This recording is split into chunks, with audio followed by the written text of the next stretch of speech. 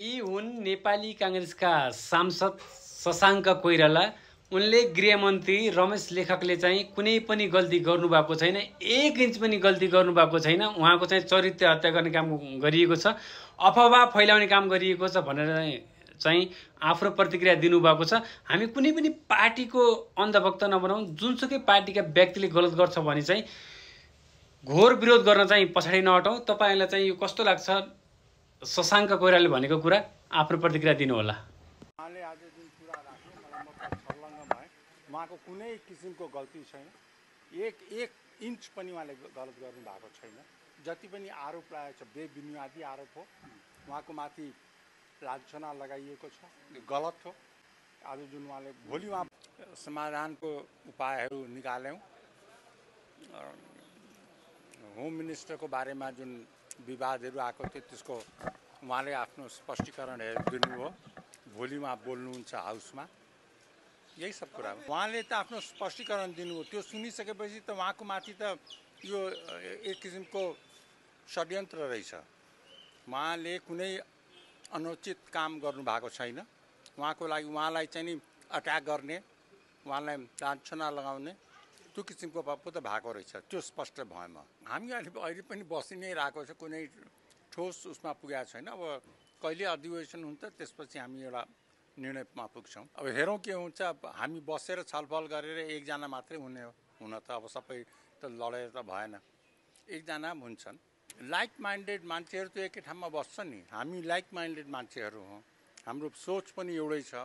त्यसैले हामीले एउटा निकास दिन सक्छौँ पार्टीलाई भन्ने एउटा हो। हुन त जोसुकै सभापति होस् उसलाई सपोर्ट गर्नुपर्छ भन्ने कुरा हो। किनभने पार्टी चलाउनलाई त सबैको सङ्गठनको हिस्सा बनेर पार्टी राम्रो हुन्छ नि। त्यसर्थ हामी चाहिँ नि अहिलेदेखि नै एक भएको हो, जोसुकै होस् पार्टीको सभापतिको लागि। अब हेर्नुहोस्, म चाहिँ नि यो कन्फ्रन्टेसनको राजनीतिमा मलाई विश्वास छैन। त्यो मारकाट हुन्छ अनि फेरि यहाँ जे पनि हुनसक्छ त्यसपछि। त्यसैले त्यसलाई होइन, यो सबै यसको समाधान के हो भने बसेर छलफल गर्ने हो। मुठभेड गरेर त केही कसैको फाइदा हुँदैन। खुट्टाहरू भाँचिन्छ, टाउको टुट्छ, त्यो राम्रो होइन। नेपालको लागि अहिले स्थिरता चाहिएको छ, विकास चाहिएको छ, हो कि होइन?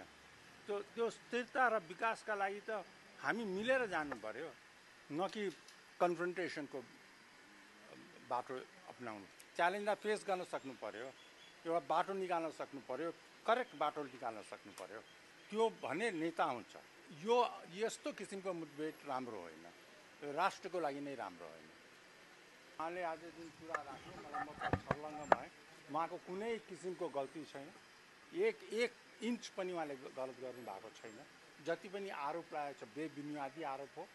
उहाँको माथि लाञ्छना लगाइएको छ, गलत हो। आज जुन उहाँले भोलि उहाँ बोल्नुहुन्छ हाउसमा। हामीले के भन्यो भने हाम्रो सभापति शेरबहादुरजीलाई अब तपाईँले उनीहरूलाई बोलाउनुहोस् र सोध्नुहोस् के भएको हो। किनभने यसको त समाधान निकाल्नु पर्यो नि। एक आपसमा मुठभेड गरेर कसको फाइदा हुन्छ? काङ्ग्रेसको त कहिले फाइदा हुँदैन। त्यसैले उहाँलाई बोलाउनुहोस्, सोध्नुहोस् के कुरा भएको हो, स्पष्टीकरण माग्नुहोस् भनेर आज शेखर डाक्टर साहबसँग, सुनिलसँग, राजेन्द्र बजगाईसँग हो। यो त राखेको हो। ए सभापतिजीसँग यो कुरा राख्नु के भन्नुभयो सभापतिजीको आन्सर के थियो? उहाँले त्यस्तो केही हुन्छ हुँदैन केही भन्नु भएन, हेर्छु भनेर भन्नुभयो। मलाई लाग्छ त्यो गर्नै पर्छ, अरू